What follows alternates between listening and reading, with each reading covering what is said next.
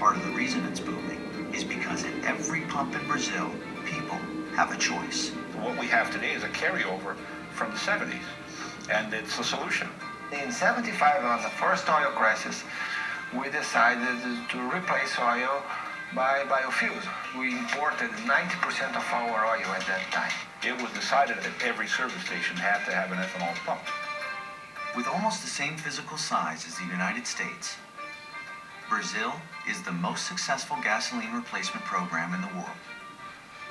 To make such a bold change required a bold leader. Luiz Inácio Lula da Silva grew up poor and became an activist fighting for the rights of workers. He ran 3 times unsuccessfully before becoming president of Brazil in 2002. Lula da Silva has been elected president of Brazil with the largest margin of victory in the country's history. Mr. da Silva is the first working-class president in the country's history. He served 2 terms as president and left office as popular as a rock star. Under his leadership, Brazil's economy grew by the trillions. All foreign debts were repaid, and millions of people who had been starving were now fed. But perhaps the biggest achievement of Lula's administration was something no other country has done: complete and total independence from foreign oil.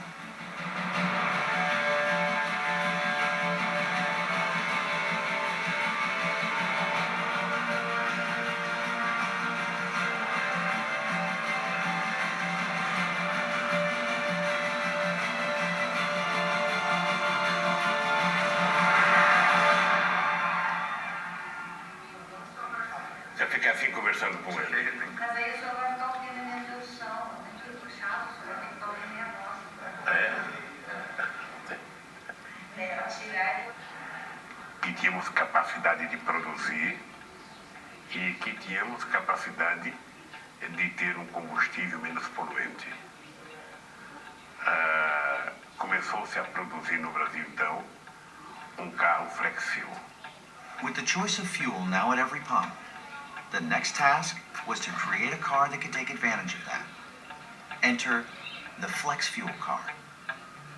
Um carro flexível que você pode utilizar 100% de gasolina, 100% de etanol, 50%, a mistura que você quiser fazer e o carro funciona adequadamente. If you take a car, a gasoline car, to make it a flex car, that means it can take 100% ethanol, costs per vehicle no more than $150. That's how much it costs. Uma pequena adaptação no módulo, e aí com isso o carro consegue funcionar normalmente. And sure enough, they hit a nerve. The consumer loves it. People in Brazil used to say, if I can have the option of choosing the fuel, why not? Here we have a permanent competition between ethanol and gasoline in all gas stations, which is very good for the consumer. Hoje eu abastecer com álcool e dou preferência a abastecer com álcool. Para mim ele é mais econômico e tem um carrinho também, é durável, estou satisfeito. Além de ser mais barato, a gente tem uma produção muito forte no Brasil. Ethanol is alcohol that's made by fermenting sugars. Ethanol can be made from a wide variety of substances, but in Brazil, they use a crop they've been growing for 500 years. The food versus fuel debate really doesn't work in Brazil because there's nothing being displaced in order to make ethanol. You're talking about millions of hectares that are not planted with anything. The fact that you're planting sugarcane to make ethanol is not displacing any food production.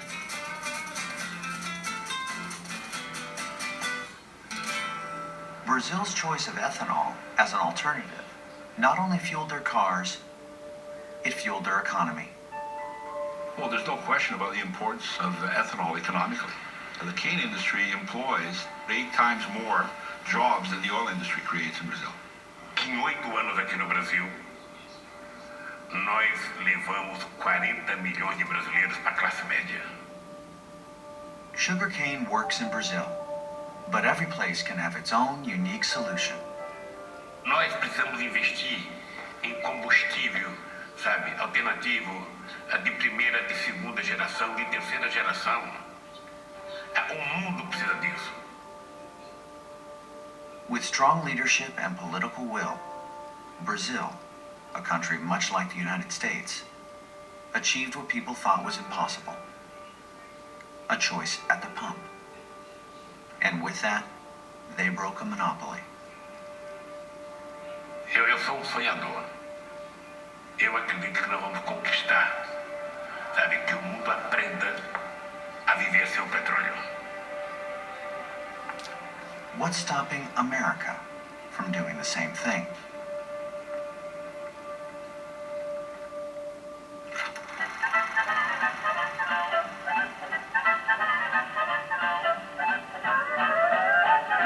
When Henry Ford decided to use an internal combustion engine in his automobile, his fuel of choice was alcohol. Ford grew up on a farm and knew that every farm had the ability to create alcohol from a variety of material. He called alcohol the fuel of the future.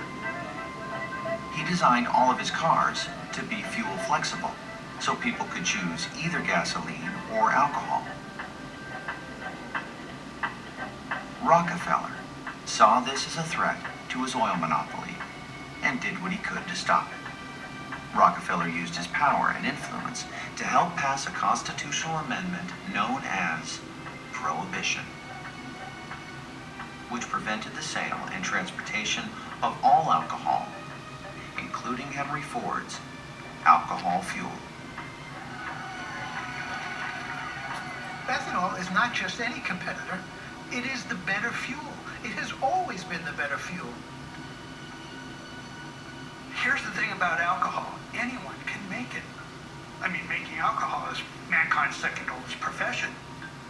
We have so many things we can use for making alcohol. We can grow things like beets. We can grow sweet sorghum, the agave plant, mesquite, buffalo gourds. What we have here is a very common cactus known as prickly pear. It grows all over the world in huge quantities, especially places where it's dry. We can grow this in poor countries that don't have a viable agriculture in arid areas and provide fuel and food for animals if necessary.